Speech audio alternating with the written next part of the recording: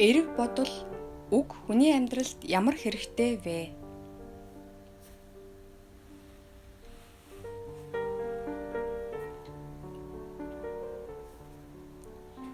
Эерэг бодол үг хүний амьдралд ямар хэрэгтэй вэ? Дэлхийн татах хүчний хууль үүнтэй нэгэн адил хүний аж амьдралын алхам тутамд үйлчил байдаг нэг чухал хууль бол таталцлын хууль. Ижил төстэй зүйлс төстэй зүйлээ татдаг.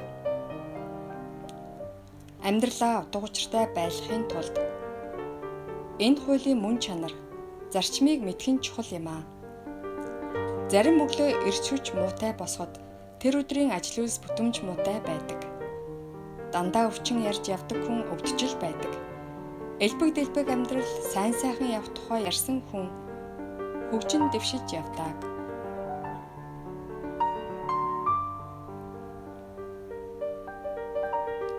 Хүний бодол бол энерги. Гэхдээ бодол бүр өөр өөрийн давтамжтай долгион юм аа. Тийм болохоор юу бодно түүнээ татна гэсэн үг юм. Хүн бол соронзон шиг бодлороо өөрийн амьдралд тохиолдох бүх зүйлийг татаж байдаг. Тэгвэл бодлын хүчийг амьдралдаа хэрэгжүүлж амжилтанд хүрсэн нэгэн хүний тухай та бүхэнд сонирдуулъя.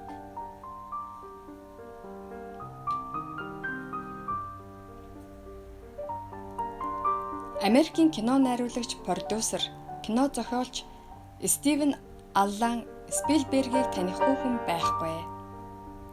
Тэрбээр дэлхийд нэр алдраад сураатуулсан олон киноодыг өөрийн бүтээлээрээ таниулан гаргаж 40 гаруй жилийн туршиж кино урлагийн төрөлд хүч оюунаа дайчилсан нэгэн. Тэрбээр эхээс төрөлтөө дэлхийд даяар алдартай байсан уу гэвэл мэдээж үгүй.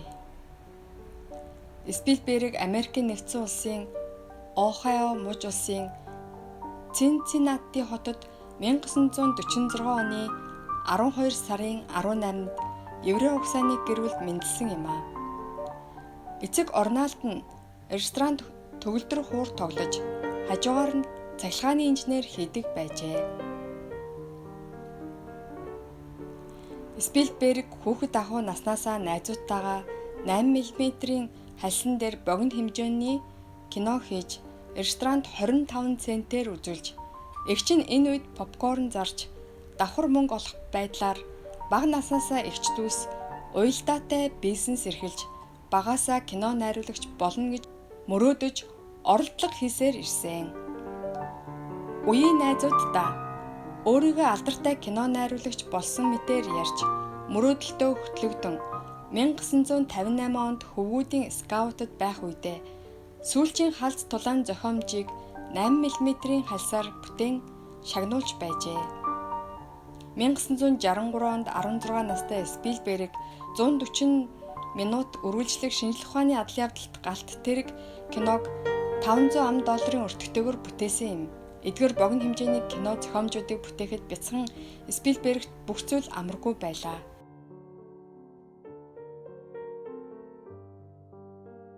Гагцхүү тэр бэрхшээл бүрийг давахын төлөө чин сэтгэлээсээ зүтгэж байсан. Спилберг дунд сургуулаа төгсөж мөрөөдөж байсан кино найруулагчаар суралцаж төгсөн кино найруулагч болсон. Олон газар руу ажилд орох хүсэлтэд илгээсэн боловч залуу туршлагагүй Спилбергийг кино найруулагчаар авах байгууллага олдсонгүй.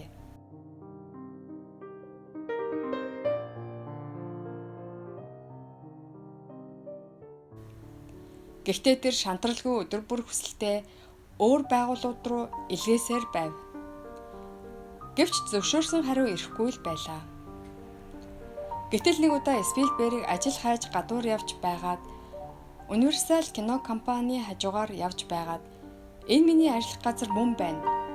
Би энд заавал кино найруулагчаар ажилд орно гэж өөртөө шивнээд 7 хоногийн турш зөвхөн ажиглав.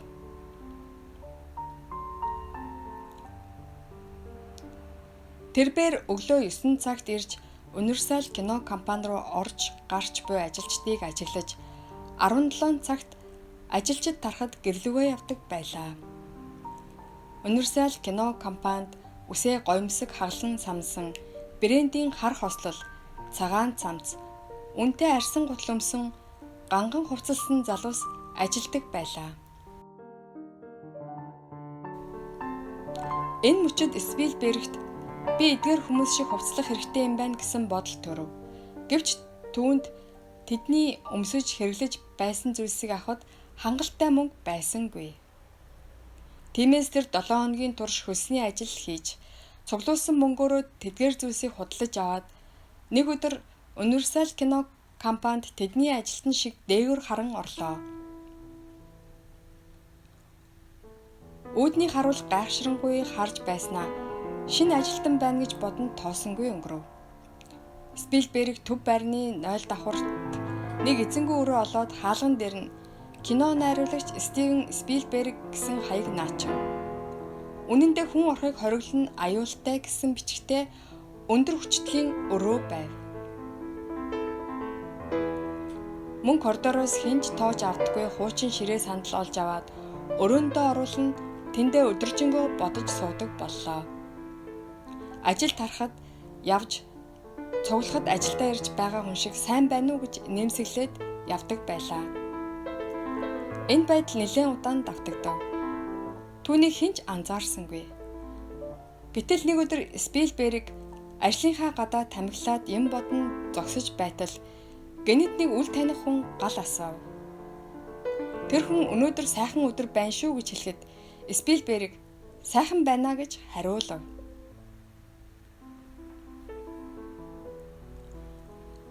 Нөгөө хүн та энд юу хийдэг вэ гэж асуухад манай хүн юу гэж хэлэхээ мэдэхгүй хэсэг зогсноо. Би кино найруулагч Спилберг байна гэж өөрийгөө танилцуулан хийх гэж байгаа киноныхоо тухай амьсгаа авах завдалгүй ярьж гарав. Тэрбээр энэ кинондоо тоглох жүжигчдийг нь хүртэл сонгосноо хэлж 10 минутын дотор үл таних хэрийн нүдэнд харагдтал ярив. Спилберг сүүлд нь даанч надад мөнгө байхгүй байна л та гэж хэлээд толгоогоо илв. Үл таних хэр чи энэ киногоо хий, би хөрөнгө оруулъя гэв. Тэр хүн Universal кино компани тодорхой хувь эзэмшдэг хөрөнгөтэй баян хүн байлаа. Тэгээд Спилберг Амблин хэмээх алдартай киногоо найруулсан гэдэг. Тэгэхээр бодлын хүч ийм л агуу дасгал юм аа.